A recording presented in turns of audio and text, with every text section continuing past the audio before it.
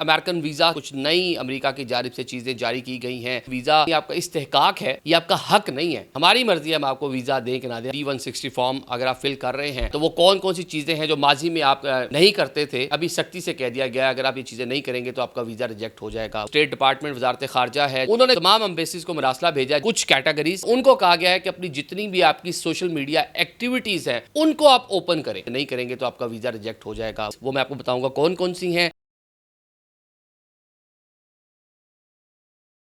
अस्सलाम वालेकुम, मैं हूं आदिल निज़ामी और आप देख रहे हैं मेरा डिजिटल चैनल। आज का व्लॉग अमेरिकन वीज़ा के हवाले से है। कुछ नई अमेरिका की जानिब से चीज़ें जारी की गई हैं कि अगर आप 160 फॉर्म अगर आप फिल कर रहे हैं तो वो कौन कौन सी चीज़ें हैं जो माजी में आप नहीं करते थे, ऑल्दो माजी में भी करनी चाहिए थी, लेकिन अभी सख्ती से कह दिया गया अगर आप ये चीज़ें नहीं करेंगे तो आपका वीज़ा रिजेक्ट हो जाएगा। वो सारी चीज़ें आज के व्लॉग का हिस्सा बनाएंगे।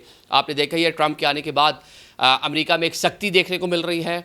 अमेरिका में वीज़ा कवानीन तब्दील हो रहे हैं, वहाँ से जो इल्लीगल लोग उनको बाहर निकाला जा रहा है, जो नए आने वाले लोग हैं उनको उस तरह से वेलकम नहीं किया जा रहा जिस तरह रियासत हाय मुत्तहिदा अमेरिका माजी में करती रही है। बल्कि अब अमेरिकन कहते हैं कि वीज़ा जब आप अप्लाई करते हैं ये आपका इस्तेहकाक है, ये आपका हक नहीं है।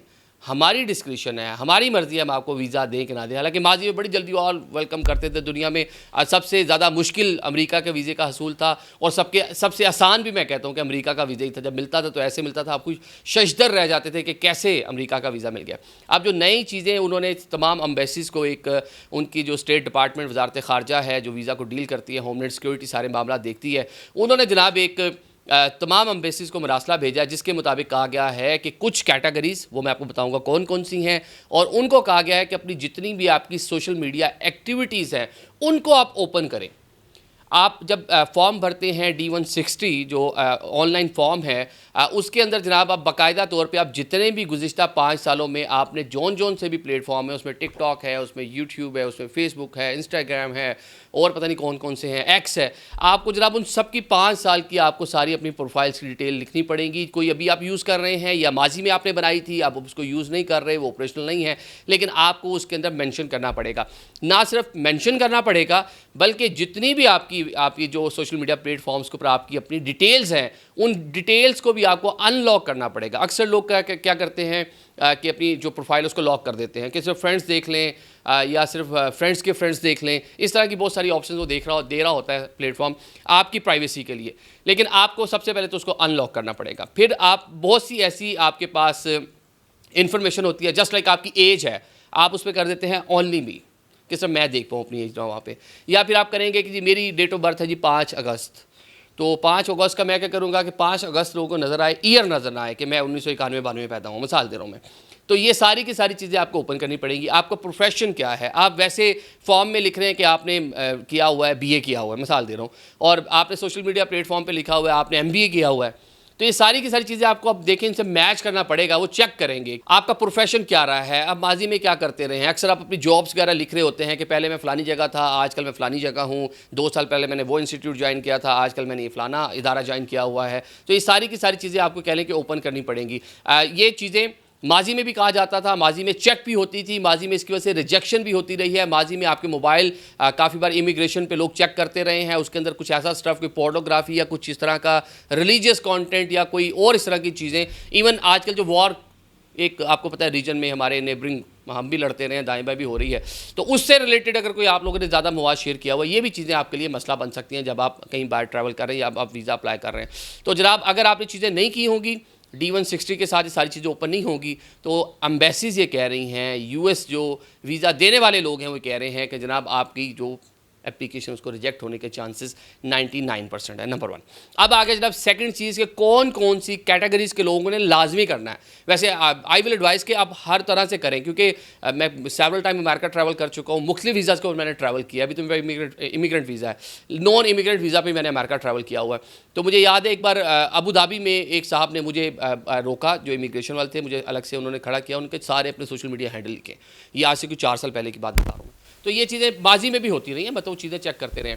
अब जनाब कम से कम वो लोग जो F वीज़ा अप्लाई कर रहे हैं वो लोग जो एम वीज़ा अप्लाई कर रहे हैं, ये स्टूडेंट कैटेगरीज़ हैं, वोकेशनल और स्टूडेंट कैटेगरीज़ हैं, आपने लाजिम करना है। फिर जो जे वीज़ा अप्लाई कर रहे हैं, जो एक्सचेंज प्रोग्राम्स के तहत वीज़ा होते हैं, अमूमन स्टूडेंट्स वगैरह इसके ऊपर जा रहे होते हैं, डेलीगेशन इसके ऊपर जा रहे होते हैं, तो आपने ये चीज़ें लाजमी करनी है। अब B1 B2 वीज़ा अगर अप्लाई कर रहे हैं, आई विल सजेस्ट कि आपने लाजमी आप अपनी सारी चीज़ें इसी पैटर्न के मुताबिक ओपन रखें अगर आपको वीज़ा लेने के चांसेस अपने लिए बढ़ाने हैं। उसके अलावा इमिग्रेंट वीज़ा भी अगर अप्लाई कर रहे हैं, इमिग्रेंट वीज़ा में तो आपकी चीज़ें वो बहुत पहले उनके पास चली जाती हैं और वो बहुत सारी चीज़ें आपकी वो लंबी क्यू में आप लग जाते हैं, तो उन इमिग्रेशन वालों को तो ज़्यादा कीनली उनकी चीज़ें देखते हैं और उसको अच्छे से कह लें कि चेकिंग के बाद उसको वीज़ा वगैरह अलाउ करते हैं। तो अब भाई आपका अमेरिका जाने का प्लान है तो सारी की सारी चीज़ें आपने करनी है, क्योंकि अब इसके पीछे जो रीज़न्स मैंने बताया, ट्रंप आए हैं, इमिग्रेशन कवानीन तेज़ कर रहे हैं, सख्त कर रहे हैं, पॉलिसीज़ जो पहले नरम थी उनको सख्त कर रहे हैं, तो बहुत सारे लोग जो बाहर बैठे हुए हैं वो वहाँ पे जो कंपेन्स चल रही हैं, ये यहाँ से स्टूडेंट वीज़ा पे आप जा रहे हैं, वहाँ जाके आप डिफरेंट की कंपेन्स का हिस्सा बन जाते हैं। ये कोई भी कंट्री है, आज़ादी इजहार ये आपका मेरा राइट है, लेकिन जो स्टेट है वो उसको किस तरह ले रही है, ये बड़ी अहम चीज़ है। तो जब आप कहीं भी जाते हैं, अमेरिका में तो आज़ादी है डेफिनेटली, इसलिए लोग उसका पार्ट बन जाते हैं। सऊदीया में नहीं बनते, यूएई में नहीं बनते, कतर में नहीं बनते, क्योंकि वहाँ पे इस तरह की राइट्स नहीं है आपके पास। पाकिस्तान जैसी कंट्रीज़ में बनने की कोशिश करते हैं, बनने नहीं देती स्टेट, आपको छितर परेड हो जाती है।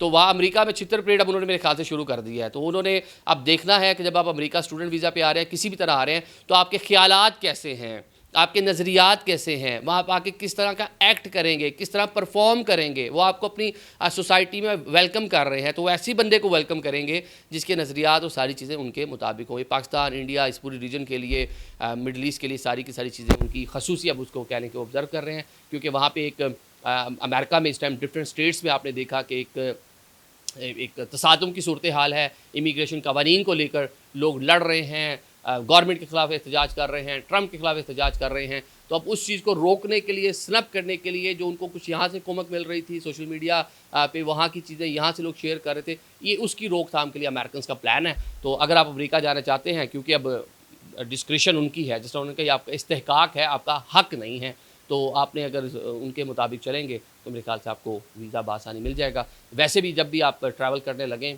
ना सिर्फ अमेरिका, यूरोप भी कहीं, ये मेरी सजेशन है वंस अगेन आपको, कि अपने मोबाइल में से अपनी सोशल मीडिया के ऊपर हम नॉर्मली बहुत सारी चीज़ें बड़ी नॉर्मल वे में शेयर कर रहे होते हैं अपने लिए, मतलब ठीक है, जज्बात भी होंगे, बाकी चीज़ें भी होंगी। तो ये सजेशन है, अगर आपने ट्रैवल करना भी, आप फिर ट्रैवल ही ना करें। वाई जाके वहाँ पे एयरपोर्ट्स पे क्यों जलील होना है, या क्यों आ जाके डिफरेंट इमिग्रेशन ऑफिसर्स के पास रूम्स में जाके बैठना है और वहाँ 2-2 घंटे कतारों में खड़े होना है। तो अपनी इस तरह की जो चीज़ें हैं वहाँ पे अपनी एक्टिविटीज़ को इस तरह रखें कि आप जिस मुल्क जा रहे हैं ख़ुसूसन, अब उनकी अपने मसाइल है ना, तो उनके मसाइल के मुताबिक आपके लिए मसला ना बने। Thank you so much.